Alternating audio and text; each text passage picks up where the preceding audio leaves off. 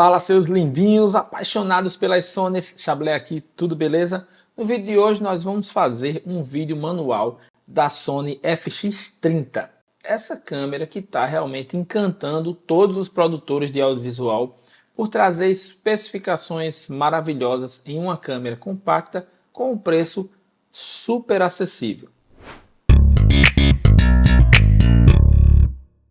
Todas as câmeras da Sony, assim como outros fabricantes, possuem um menu de atalho. Nele você vai poder configurar as funções rápidas que você quer acessar, sem precisar navegar por todas as pastas do menu. Eu não vou falar sobre o menu de atalhos. Como essa já é uma função muito comum, então não vou falar dessas funções especificamente. A outra coisa que eu preciso informar é que não vamos detalhar a operacionalidade de algumas funções, por exemplo, para que serve o formato X, como gravar no formato Y, como conseguir a melhor imagem com a câmera, qual a melhor configuração, enfim, nós não vamos tratar disso. Nós vamos apenas apresentar os menus e as facilidades que esse novo layout do menu da Sony trouxe. Vamos lá, quando você liga a FX30, logo vizinho ao botão de ligar, o botão Power, tem um botão Mode, e nele você vai escolher exatamente o modo de operação da sua câmera. Uma coisa bem interessante é que a Sony dividiu os menus de forma que você possa navegar pelo menu que você vai utilizar sem precisar ter um excesso de pastas naquele menu. Então, digamos que eu vou filmar, vou usar apenas a função vídeo, eu vou escolher a função vídeo, dou OK e ele já me apresenta um menu adequado para a função vídeo. Eu não preciso passar pelas funções de fotografia no menu do vídeo. Uma coisa muito interessante é que a Sony FX30 não foi pensada para fotografia, então ela não é uma boa câmera fotográfica. Ela faz fotos e tem uma resolução interessante, mas as funções de fotografia não estão muito bem habilitadas nela. Por exemplo, o modo Drive que ela não possui, ela faz apenas uma foto. Então não dá para você utilizá-la como fotos contínuas, por exemplo, se você desejar utilizá-la como uma câmera para eventos, por exemplo. Vamos lá, assim que a gente acessa o menu, a primeira pasta, independente de qual modo você selecionar, vai ser o menu de atalhos. Esse menu de atalho é muito simples e ele é exatamente igual a todos os menus de atalho das outras câmeras. Ele vem a opção de você adicionar o que você deseja para o atalho, para o Quick Menu, ordenar esses itens de acordo com a sua ordem de prioridade, o que é que você quer que venha na parte superior, né? Venha primeiro. Você pode também apagar alguns itens, pode apagar páginas também, já que esse menu oferece até 5 páginas, e pode simplesmente limpar todas as configurações. O segundo item do nosso menu é a parte mais importante, é onde vem a configuração para a operação em tempo real da câmera. Esse menu foi dividido em duas partes para facilitar e deixar o uso bem rápido e bem prático. E isso acontece tanto no modo vídeo quanto no modo foto. A primeira página do menu principal traz exatamente as configurações que nós vamos utilizar na hora da gravação, na hora da ação com a câmera na mão. Esse menu é muito parecido com aquela tela que era presente nas informações das câmeras DSLR, que já mostrava para você ali no display as principais configurações da câmera na hora em que você estava utilizando. O primeiro item é a quantidade de quadros que você vai capturar o seu vídeo. O segundo item é a escolha do obturador. E nesse primeiro botão você vai poder definir se quer que ele seja manual ou automático. Nesse mesmo item tem um submenu, onde você vai definir a velocidade do obturador. Uma coisa muito interessante é que, como essa câmera ela é voltada para a produção de vídeo, o shooter não é fixo, não é travado, como nas câmeras fotográficas, né? Que tem números fechadinhos, 40, 50, 60. Não, esse shooter ele é muito sensível, então você pode navegar por valores fracionados, como por exemplo 201, 201.5, por exemplo. E é muito legal para quem gosta de trabalhar com aquela regra do shooter 180 graus, onde você vai dobrar a velocidade do seu obturador em relação à quantidade de frames que você está capturando no seu vídeo. O menu 3 é a abertura da sua íris, e no caso de lentes de cinema é o fator T. Da mesma forma que o shooter, ele tem o primeiro botão para você selecionar se quer manual ou automático. Na opção à frente você vai poder selecionar justamente a abertura da sua lente.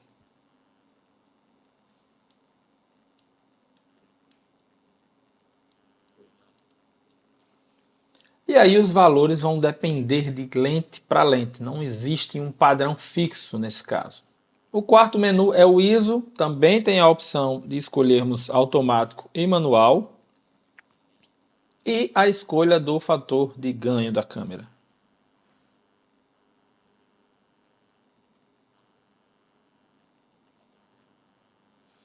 O quarto item desse menu é a seleção do seu balanço de branco. E aí ela segue o mesmo padrão de todas as câmeras da linha da Sony. Inclusive o layout é o mesmo.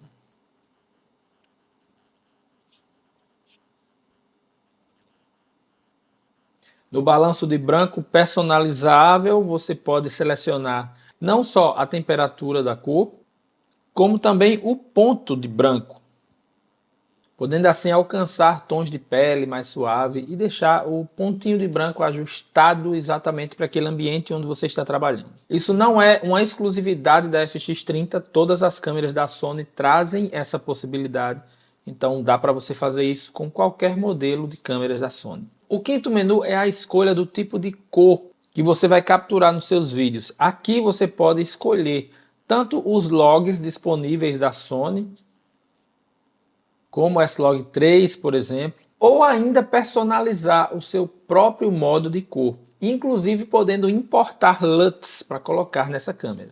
No sétimo item vem a resolução do nosso vídeo. E aqui nós podemos escolher dentre várias opções. No entanto, algumas delas só vão estar disponíveis se você estiver utilizando um cartão de memória adequado para aquela captação. O oitavo menu você vai escolher justamente a quantidade de megas por segundo que a câmera vai registrar nos formatos que foram escolhidos no menu anterior.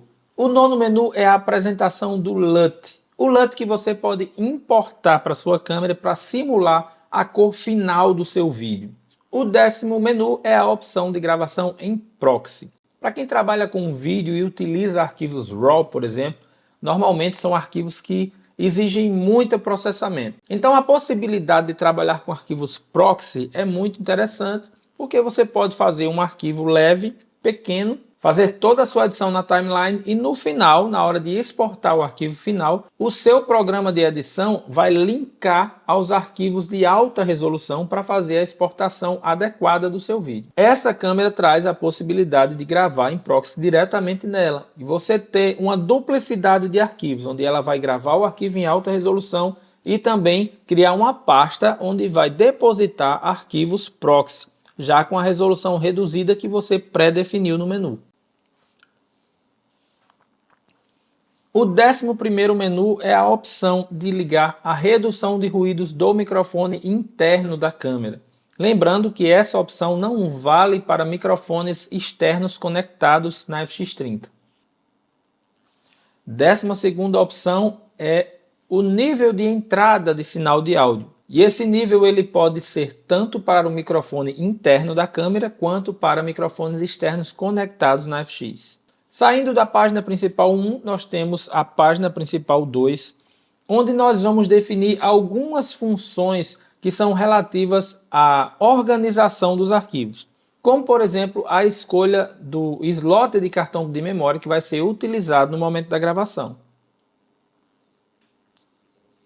E aí você pode escolher a opção 1, a opção 2 ou gravar nos dois simultaneamente, para que você possa ter um backup do seu vídeo já na hora da captação da imagem. Na opção 1 nós temos uma função que está presente nessa câmera que não tem nas outras câmeras compactas híbridas da Sony. Apenas na linha FX é que vai estar disponível essa opção, que é justamente a opção de ISO flexível.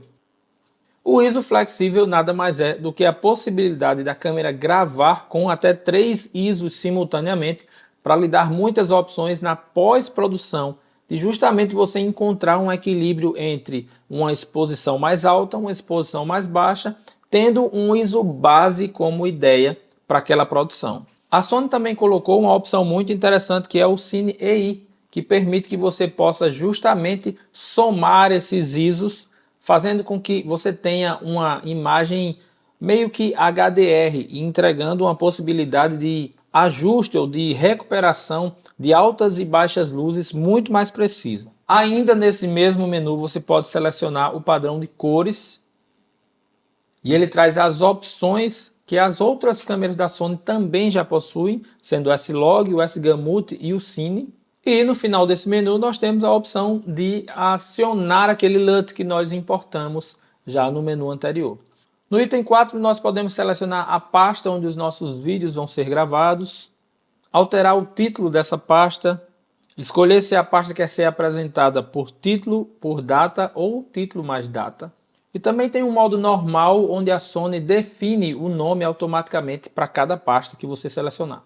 Na opção número do ficheiro, que aqui está selecionado como série, você pode escolher para a Sony zerar o número dos takes. Assim, cada pasta que você fizer, cada pasta que você criar, ou cada projeto novo, você vai ter o take começado em 0. Isso facilita para a organização dos seus arquivos, mas também pode gerar o problema de você ter takes duplicados. E na hora de salvar os arquivos ou procurar os arquivos nos seus HDs, por exemplo, isso gerar uma pequena confusão no seu sistema de busca, né? Já que todos os takes vão estar com os mesmos nomes. Na opção repor contador de série, você pode zerar esse número, se quiser que ele comece novamente de 0. E no menu seguinte, a câmera já mostra para a gente o tipo de exposição que já está selecionado no menu anterior. O próximo item é o Steady Shot. Assim como na pequena ZV-E10, ela traz aqueles modos de estabilização standard ou normal e o ativa, que é justamente aquele modo onde ela dá um crop maior para entregar uma estabilização quase que perfeita, mesmo que você esteja utilizando a câmera na mão. Vale lembrar que essa câmera ela já tem o log do Catalyst Browse. Então, utilizando esse modo de estabilização, ele grava informações suficientes para que no Catalyst Browse você possa oferecer uma estabilização ainda mais precisa. Próximo item é o modo de focagem. Aqui nós temos uma pequena limitação, porque a gente está habituado com aqueles muitos modos de focagem das câmeras híbridas compactas da Sony. Como essa câmera não é uma câmera pensada em fotografia, ela não tem aquele single shot, aquele modo de focagem single, onde você vai fazer o foco, travar o foco e depois clicar. Ela possui apenas o modo de foco contínuo. E esse modo de foco contínuo é muito eficiente, porque ele traz todos aqueles trackings que nós já estamos habituados com as outras câmeras da Sony. No próximo menu vem a área de focagem. E aqui já é um menu que nós já estamos habituados, porque ele traz o mesmo layout das outras câmeras que nós já utilizamos. Mais à frente nós temos a opção de selecionar ou desligar o rastreio de olho e rosto. E no próximo item, selecionar o motivo fotografado, ou motivo filmado ali, que pode ser um ser humano e 2 tipos de animais, no caso animais como cães, gatos, por exemplo, e específico para aves. A próxima página de menu já começa a trazer informações mais complexas, porque nela nós vamos definir detalhes das nossas gravações. Esse menu não traz aquele layout do menu anterior, parecido com aquele Quick Menu que nós víamos nos displays das DSLRs, mas ele se apresenta com linhas e colunas, apresentando cada opção de configuração do menu. Primeiro item, qualidade da imagem. Com um toquinho para o lado direito, você vai poder selecionar os tipos de resoluções que essa câmera traz. Primeira opção, a resolução. Segunda opção, as definições de vídeo, que são justamente a quantidade de quadros por segundo e a quantidade de bits por segundo que ela registra no seu arquivo. Nesse caso, aqui nós temos uma opção a mais, por exemplo, com um bitrate mais alto, né, em 422 10 bits. Gravando a 120 fps, ela entrega até 280 MB por segundo, que é uma concentração de pixel bem considerável, trazendo uma qualidade muito boa de imagem. Definições de S&Q. Então aqui você vai poder selecionar se quer slow motion ou se você quer fazer uma espécie de time-lapse deixando o quadro muito reduzido para que ele possa gravar num longo tempo com uma redução de quadros enorme, como por exemplo a opção de gravar apenas um quadro por segundo. No Slow ele apresenta de 60 até 120p e aqui nos quadros por segundo nós podemos selecionar de 1 até 120 fps. Aqui a definição da quantidade de megas por segundo, né, a qualidade do vídeo, a densidade da concentração de pixels e também a profundidade de cor. Pode ser 10 bits ou pode ser 8 bits. E também o tipo de RGB, que pode ser 420 ou 422 a 10 bits. Definição de disparo é justamente aquela opção que nós selecionamos no menu anterior, do tipo de ISO, se vai ser ISO flexível, se vai ser Cine EI ou se vai estar desligado usando apenas o ISO simples. A gama de cores, que são aquelas definições da própria Sony, S-Gamut, S-Log e o Cine. E a escolha do nosso LUT. Aqui é a definição de proxy. No menu anterior, que é o menu rápido, nós podemos ligar ou desligar o proxy. Aqui nesse menu, nós podemos selecionar a resolução do nosso arquivo proxy. Aqui a gente escolhe o tipo de arquivo e aqui o formato do nosso arquivo proxy. Como o arquivo proxy é um arquivo reduzido, ele oferece opções com apenas 9 e 16 Mbps. Eu posso voltar aqui e mudar, por exemplo, a minha opção de frames por segundo. Vou deixar aqui em 24, que seria um padrão mais de cinema. E aqui na minha definição de proxy, eu já posso ligar o proxy. E ele já me mostra justamente a opção que está selecionada. Compensação de objetiva. Esse menu está presente em todas as câmeras compactas, tanto essas de cinema quanto as câmeras híbridas. Compensação do sombreado é a compensação da vinheta, a redução da vinheta, aberração cromática e a compensação de distorção. Essa parte aqui é muito pessoal. Tudo depende muito da estética do meu vídeo. Eu posso desejar que o meu vídeo apresente as distorções de uma grande angular, por exemplo, ou posso querer corrigir a curva que essas lentes causam nos cantos, principalmente da imagem. Essa última opção, compensação da respiração, ela está ligada diretamente ao tipo de focagem de cada lente, porque algumas lentes apresentam um respiro da focalização mais suave, ou seja, quase nulo, e algumas outras, as lentes mais custo-benefício, elas apresentam um respiro da focagem muito longo. Se você não está familiarizado com algumas dessas linguagens, é interessante dar uma pesquisada acerca do respiro da focagem, porque ele promove uma diferença de quadro no seu enquadramento. Então, ela meio que dá uma diferença sutil na distância focal, fazendo com que o seu objeto fique um pouco mais próximo ou um pouco mais distante da lente no ato da focagem. Item 2, multimídia. O item 2, multimídia, está relacionado também ao cartão de memória. E logo na primeira opção, nós temos a opção de formatar o cartão, definir aqui o suporte de gravação, que é a escolha dos slots de gravação que tem disponível nessa câmera. Aí você pode escolher entre 1, 2 e escolher se você quer que ele selecione automaticamente para você, fazendo com que quando o cartão número 1 encher, ele já comece a gravar no cartão número 2. Você também pode selecionar se quer gravar o vídeo no cartão 1 e a fotografia no cartão 2, para, por exemplo, fazer fotos de still no momento da gravação, que são bem interessantes para fazer storyboard, por exemplo. E nesse caso você não teria uma confusão de arquivos, não teria pastas de fotografia dentro do seu cartão de vídeo. E assim vice-versa. Aqui é possível também definir a qualidade da imagem, a qualidade da fotografia que você vai estar fazendo como still. Nesse caso ele é um menu rápido, onde você pode definir apenas o tipo de arquivo que você vai colocar lá e o tamanho desse arquivo, não te dando muitas opções como no menu de fotografia. Aqui o menu de recuperação de imagens perdidas no cartão. E aqui uma função de informação do arquivo. Como eu não estou com nenhum cartão inserido, esses dois itens acabam ficando desativados.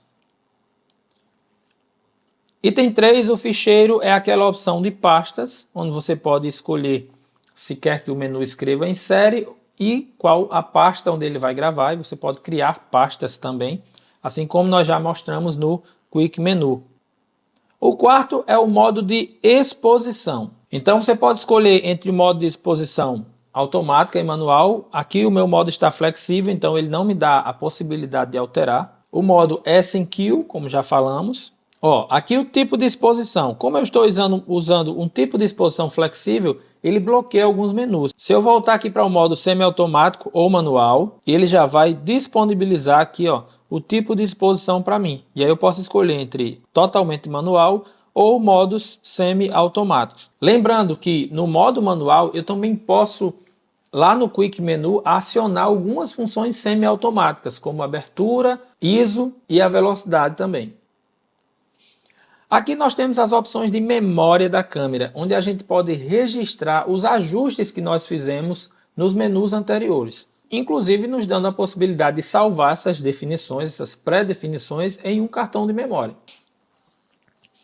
Obturador silencioso. Essa câmera ela não possui cortina, então ela simula o som de um obturador quando você está fazendo fotografias. No modo de fotografia com obturador silencioso, você vai desativar justamente esse som, podendo fazer os disparos, fazer a fotografia que você quer, sem aquele barulhinho característico do shutter eletrônico. Aqui também você pode escolher para ela fazer um disparo mesmo sem lente e definir o modo de cintilização. O que é isso? Nós sabemos que todas as lâmpadas trabalham com frequências e algumas lâmpadas têm frequências que são mais lentas. E isso faz com que essa frequência, essa cintilação apareça no seu vídeo. Então, nesse menu é possível você ativar ou desativar a compensação dessa cintilização, para não deixar aparecer a variação da frequência da lâmpada na sua imagem. Menu 6 é o menu de gravação de áudio e aqui a gente vai definir não só o nível de ganho de entrada, mas também algumas funções como, por exemplo, a sincronia. Se nós queremos fazer a sincronia em tempo real, ou se ela vai sincronizar pelo lip sync, pelo movimento dos nossos lábios.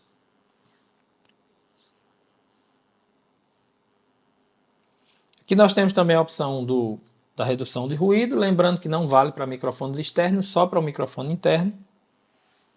E essa opção de menu aqui, NI, definição de áudio, SAP, ela é para o microfone que é conectado na sapata da câmera, aquele microfone que é conectado na sapata multifunção aqui da Sony. Esse menu só vai estar disponível quando você plugar o top handle aqui, que vem com as conexões de áudio. Aqui você vai abrir funções diferentes de áudio e ele vai te oferecer a opção de selecionar os canais que são estéreo ou selecionar canais individualmente, já que ele traz 2 canais de entrada XLR com controle de ganho e cortes de baixa frequência individuais para cada canal.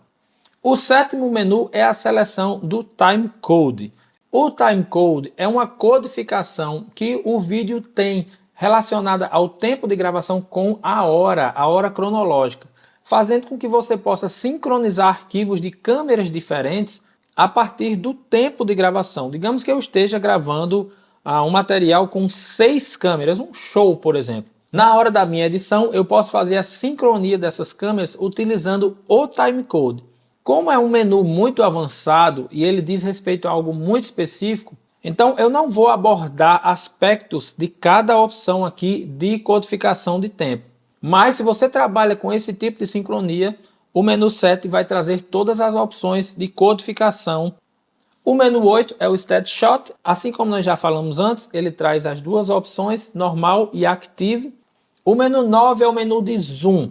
A FX30, assim como as demais câmeras da linha FX, ela traz um joystick para zoom, para lentes no formato Power Zoom, PZ da Sony. Já que ela é uma câmera filmadora, então permite que você faça o controle do zoom aqui na sua mão, sem precisar tocar na objetiva.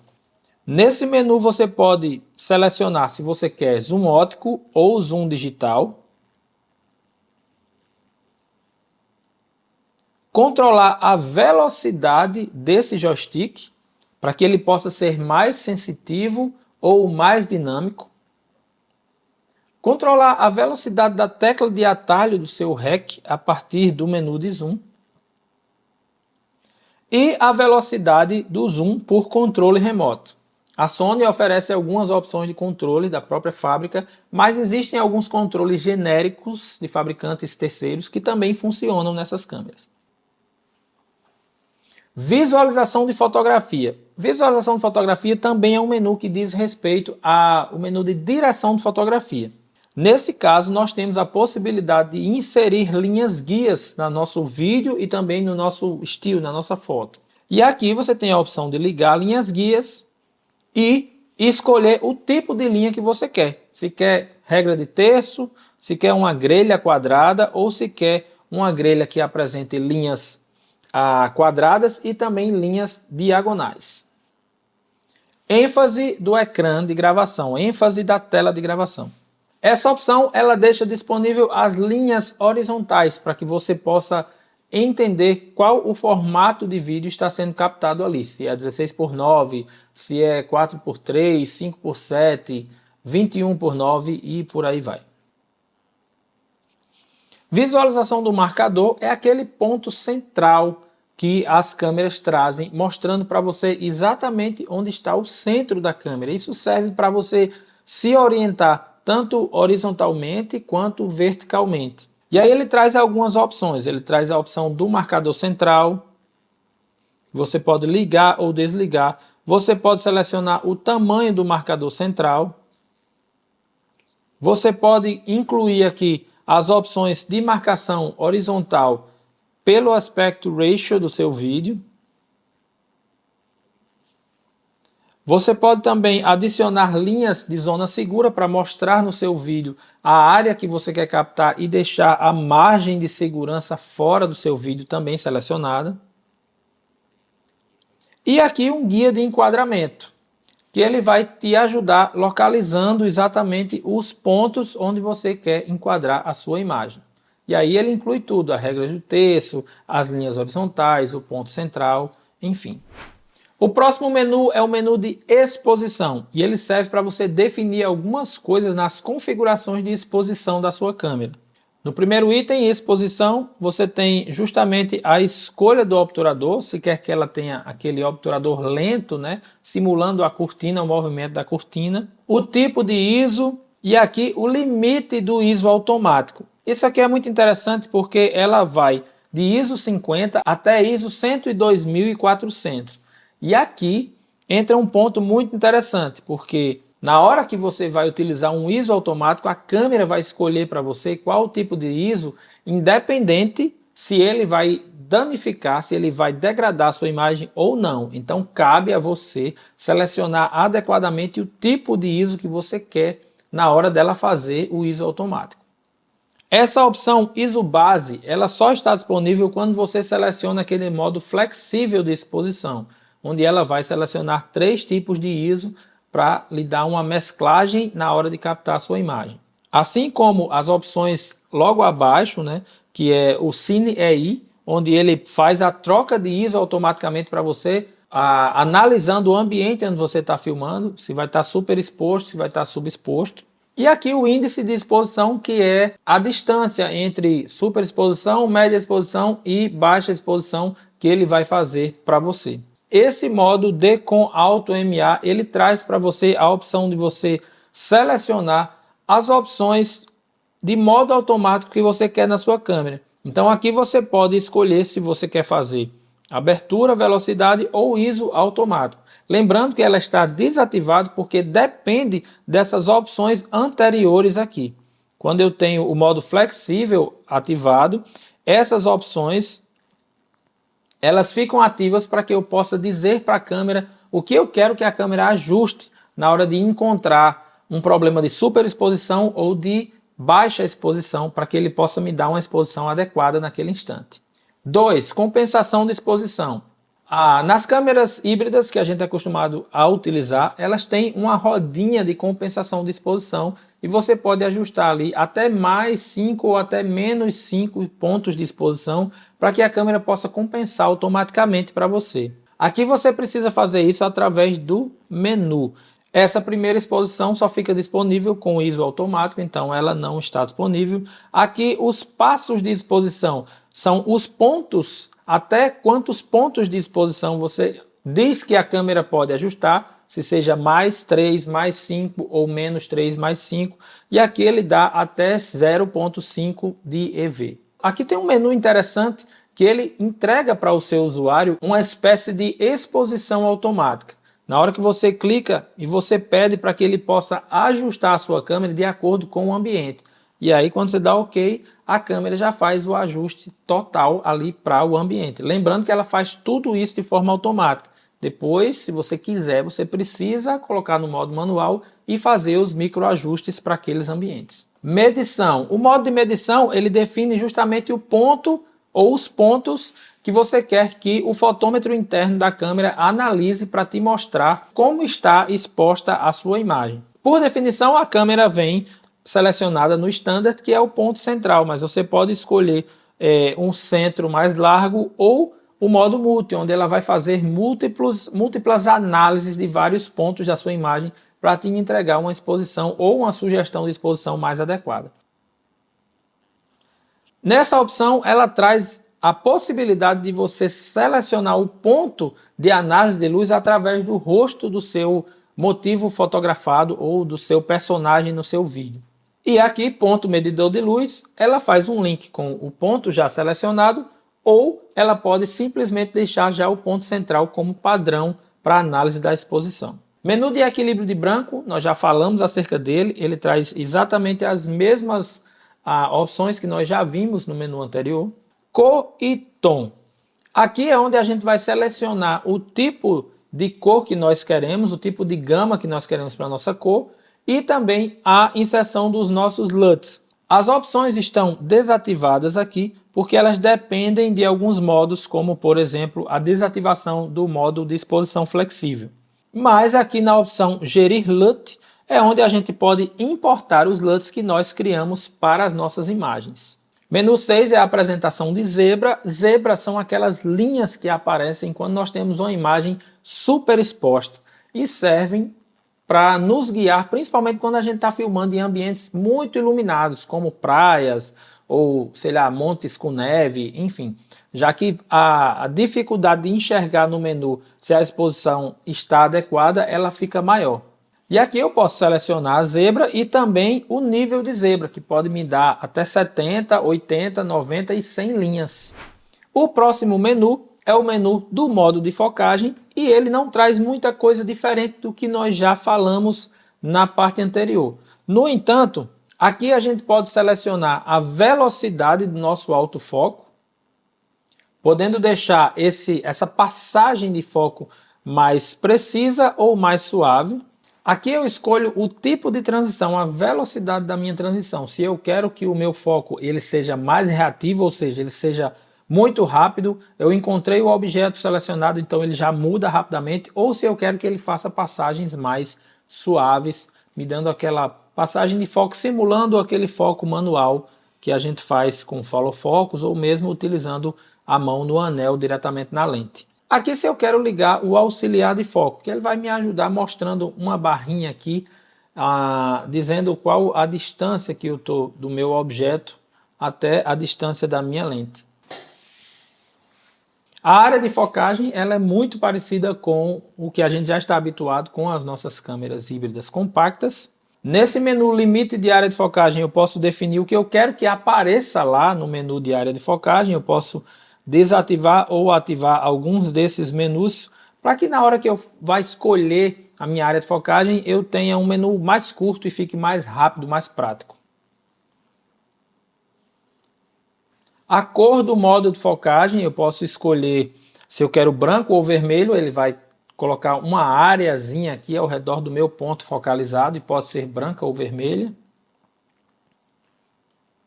O círculo do ponto de focagem, se eu quero que ele mostre, por exemplo, que o meu olho está focado. Eu posso escolher ativar ou desativar. É legal deixar ativado para você saber exatamente aonde a câmera está rastreando ali, traqueando o seu ponto de foco.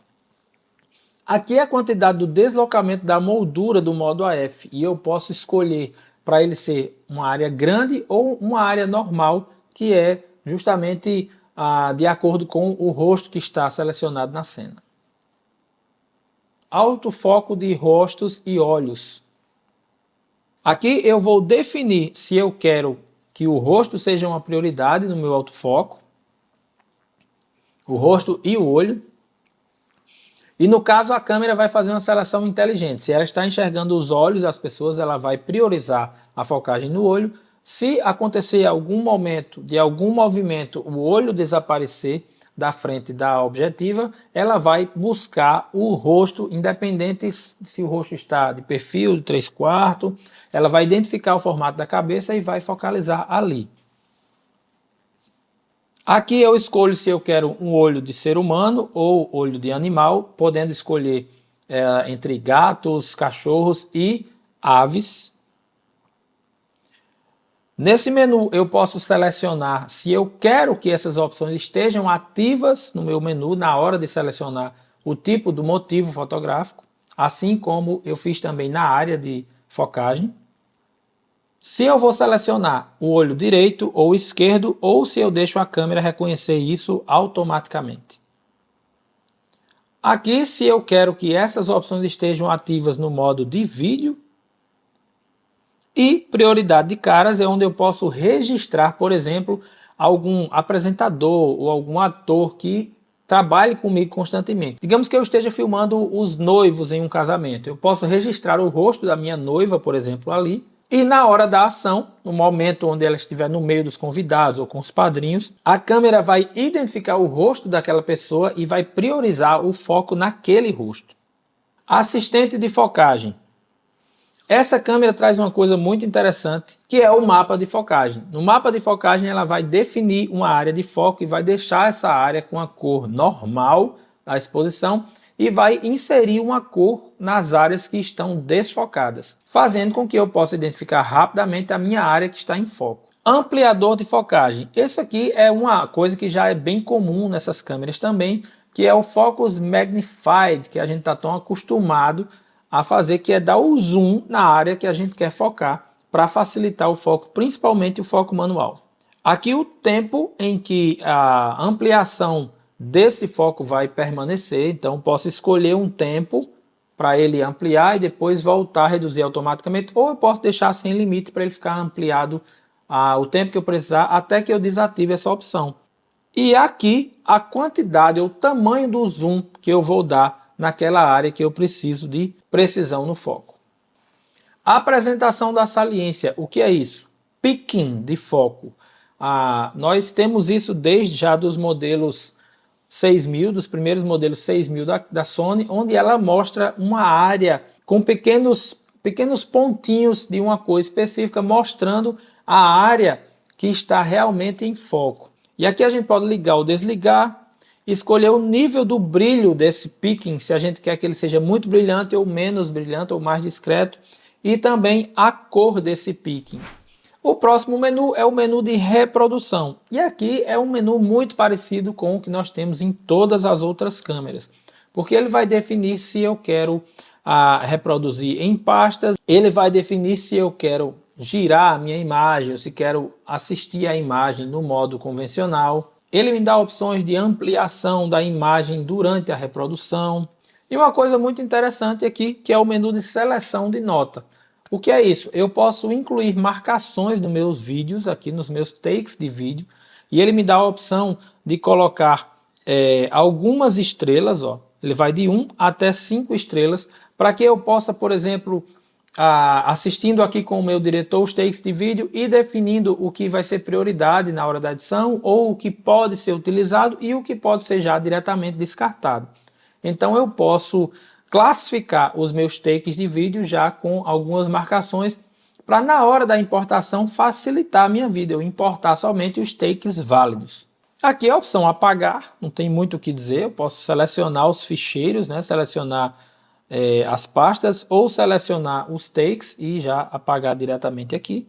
Essa opção de edição também é comum em todos os menus de visualização, que me dá a opção de girar a imagem, de fazer cópia da imagem e aqui de fazer uma captura de um frame da minha imagem. Essa opção é interessante porque eu posso, por exemplo, construir storyboards a partir de frames de alguns takes de vídeo. E aí aqui eu posso selecionar qual formato de imagem eu quero para esse frame que eu vou capturar. Se vai ser JPEG ou aquele formato RAW. Visualização. Se, por exemplo, eu quero visualizar o time-lapse feito com o meu modo de intervalômetro. Aqui a velocidade de reprodução do meu time-lapse. E aqui a apresentação de slide, que ele faz aquela apresentação automática de todos os takes que foram captados aqui na câmera. A opção de reprodução me dá o índice de imagens, que eu posso selecionar por ordem alfabética ou por ordem de gravação. A apresentação como grupo, e aí eu posso selecionar grupos por datas ou por pastas. Rotação da exibição, eu posso escolher se eu quero automático ou manual, para que na hora que eu gire a câmera, ela entenda que houve esse giro e já me entregue a imagem na posição correta da visualização. A visualização da moldura de focagem, ou seja, ela me mostra aonde foi feito o foco naquela imagem. Aqui me mostra as imagens por hora, pelo timecode gravado. Definição saltar imagem. Isso aqui é legal porque você pode definir, por exemplo, saltar entre 10 em 10 ou 100 em 100 imagens, por exemplo, e pode definir qual seletor da câmera vai ser utilizado para fazer esse salto de imagens. Isso aqui é bem legal, é bem prático, para você não ter que navegar imagem, por exemplo, até chegar ao take número 100. O próximo menu é o menu de conexões. Esse menu ele exige um vídeo só para ele, para que a gente possa falar especificamente de como você utilizar as conexões da sua câmera, principalmente as conexões sem fio. Mas como esse menu não tem nada de novo, ele não traz nada de diferente dos menus, nada de diferente das opções que nós já tínhamos nas câmeras que nós já utilizamos, então eu vou saltar e vou passar por ele, a gente não precisa falar especificamente das especificações desse menu. O último menu é o menu de pastas. Esse menu também está presente em todas as câmeras e ele não traz nada de muito novo. É um menu de organização de funções específicas da câmera, como por exemplo a opção 1, idioma, a definição da data e a seleção, se você quer filmar em NTSC ou em PAL, que são as codificações de vídeo, no caso de transmissão de vídeo de regiões diferentes, de continentes diferentes. Repor definições e guardar a definição no cartão. Isso aqui é para você resetar as opções da câmera e trazer as configurações de fábrica. E você tem a possibilidade de salvar as configurações que você já fez em um cartão de memória para, no caso, você precisar formatar a sua câmera, resetar de fábrica, você ter as suas configurações salvas ali e não ter que refazer tudo do zero. Personalização de operação. Isso aqui é um menu muito interessante das Sony que permite que você configure todos os botões de atalho de acordo com o seu uso. Isso aqui é muito legal porque faz com que você personalize a sua câmera e deixe ela prática para o seu dia a dia. Só que esse menu ele exige um vídeo à parte, porque aqui tem muitas opções e muitas maneiras de você deixar a sua câmera totalmente personalizada. Então prometo que vou trazer um vídeo sobre a personalização dos botões de atalho das câmeras da Sony e esse vídeo se aplica para todas as câmeras da Sony, incluindo as câmeras mais antigas como a Alpha 6000, por exemplo. Aqui é a personalização dos seletores e você pode selecionar qual tipo de função esses giros vão ter. E esse menu ele pode ser definido tanto para fotografia ou quanto para o modo de vídeo. Assim você tem possibilidades de configurações diferentes, acionando ou mudando o modo de operação da sua câmera. Na opção tátil você vai definir como a sua tela vai se comportar com o seu toque.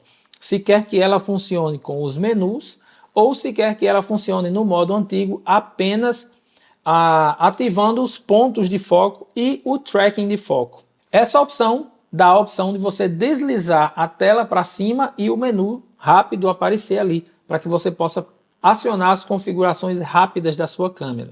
Função tátil em foto, ela serve também para selecionar os pontos de foco e para que você possa dar zoom na imagem fazendo uma pinça na sua tela.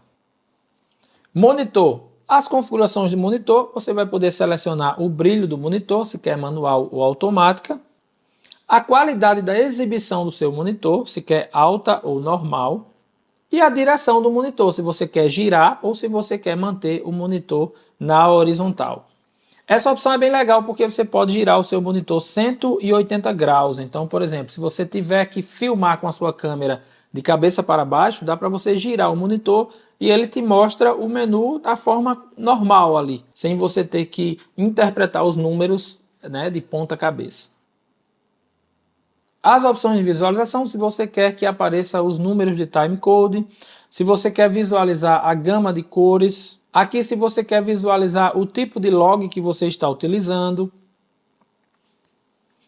a apresentação de LUTs, se você quer que ele mostre quantas fotos ainda cabem no seu cartão, e a parte de revisão, que é justamente aquela foto que é exibida quando você clica, ela exibe a foto para você no instante que a foto é feita. Isso aqui é uma coisa bem pessoal, você pode selecionar inclusive quantos segundos você quer que a foto seja exibida logo após ser clicado. Opção de alimentação, onde você vai definir se ele quer que a câmera entre no modo standby com alguns minutos ou se isso vai ser desligado. Opções de som, onde você tem aqui a definição do volume do alto-falante interno da câmera. Aqui a opção de monitoração, no caso você vai escolher se da saída do seu fone de ouvido você vai ter os dois canais sincronizados ou se você vai selecionar os canais separados.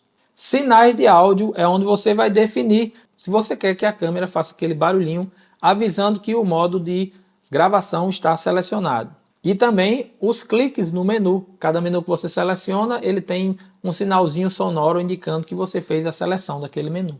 USB, os modos de ligação de USB. Se você quer que a câmera possa ser operacionalizada quando o USB estiver conectado. Ou o tipo de conexão USB para fazer, por exemplo, a transmissão de dados e também para fazer a instalação de novos firmwares. Definição do USB, se quer que ele seja para uma função ou para múltiplas funções. E o fornecimento de energia através do USB. Essa opção é muito legal porque, por exemplo, se você está filmando e a bateria está prestes a descarregar, você pode plugar um power bank para ter um auxiliar de energia ali. E nessa câmera, o auxiliar de energia não desgasta a bateria. Ele preserva a carga que a bateria tem naquele momento e começa a utilizar a energia a partir do fornecimento de energia pelo USB. Saída externa são as definições da saída HDMI. E aqui você pode escolher a resolução e ele vai de 1080 a 4K ou automático. A definição de saída, se você quer ligar ou desligar. E se você vai utilizar essa saída para gravação, como por exemplo a opção de ativar a saída em RAW, para que você possa fazer a gravação em um gravador externo. Visualização de informação de HDMI é justamente o que me permite jogar as informações que estão na minha tela da câmera diretamente aqui para o aparelho onde eu estou capturando essas informações. Então, se eu desligar, esse menu vai sair da minha tela e vai voltar para o meu monitor. E o controle de HDMI me dá a opção de poder acionar o REC ou ativar alguns menus, como a parte de foco, por exemplo, através do meu monitor externo, se ele oferecer essas opções, obviamente. O menu 12 é bem interessante porque ele traz algumas opções bem específicas aqui da FX30, como é o caso do modo de iluminação de vídeo, onde eu posso selecionar o acionamento das luzes da câmera, me indicando que ela está gravando, que ela está fazendo a captação da imagem. Aqui, luz gravação, eu posso selecionar se eu quero apenas que a luz frontal esteja acesa ou somente que a luz traseira esteja acesa ou que todas as luzes estejam ativadas. Aqui o controle da ventoinha, já que essa câmera possui um sistema de resfriamento. A limpeza do sensor presente em todas as câmeras, onde ela faz um pequeno movimento no sensor para expulsar poeira que esteja presente ali no sensor. O mapeamento de pixel, que é recomendável você fazer sempre que você resetar as funções da câmera ou instalar novos firmwares. E por último, a versão da nossa câmera. Essa aqui está na versão 1, ainda não teve atualização de firmware, e a lente está na versão 3. Essa lente que está conectada nela é uma 50mm 1.8, mais conhecida já da Sony. Tem uma coisa que eu preciso dizer sobre esse menu da Sony. Uma coisa que eu não gostei é que o fato de toda vez que você entra no menu, ele volta para o início. Ele não preserva a posição que você estava utilizando na hora que saiu, que abandonou o menu. Eu acho isso muito chato. Haja visto o menu anterior, ele preservar exatamente a pasta que você estava utilizando naquele momento. Levando em consideração que essa câmera tem uma tela tátil, então dá para você acessar o menu como se fosse como se estivesse utilizando o seu smartphone ali, com movimentos de tela tanto para a direita, para a esquerda, quanto para cima, para baixo. Isso deixa o acesso ao menu mais rápido e mais prático, mas uma das coisas que as pessoas reclamavam, que para mim nunca foi um problema, a quantidade de pastas dos menus da Sony continuaram exatamente as mesmas. Então você tem muitas opções de menu. O menu não foi simplificado, ele apenas recebeu um novo layout com cores diferentes que facilitam a localização de itens específicos, como por exemplo uma cor para exposição, uma cor para a opção de formatos, enfim. Mas o sistema continuou com um menu complexo como era antigamente. Isso para mim nunca foi um problema, porque eu ganhei familiaridade rapidamente com o menu da Sony. Então não vejo isso como um problema. Uma outra observação é que a câmera, ela tem muitas opções de operacionalidade. Ela é uma câmera complexa, ela tem um sistema complexo. Então necessita sim um menu completo com muitas opções de configurações para operacionalidade. É isso, gente. Esse foi o vídeo menu da Sony FX30. Espero que você tenha gostado desse vídeo e espero que ele tenha lhe ajudado a se familiarizar com o menu dessa nova câmera. Prometo fazer um vídeo sobre configuração de atalhos nas câmeras da Sony e alguns vídeos específicos, como por exemplo os modos de foco, que na Sony também são bem complexos. Então vale a pena a gente abordar um vídeo específico falando sobre isso. Vou me despedindo de vocês, pedindo que você deixe o seu like, compartilhe esse vídeo para os seus amigos. Não esquece que nós temos um clube de membros, então torne-se um membro para ajudar o canal. Dá uma conferida na lista de canais parceiros que estão aqui na descrição desse vídeo. Siga-me nas redes sociais e a gente se vê no próximo vídeo. Valeu!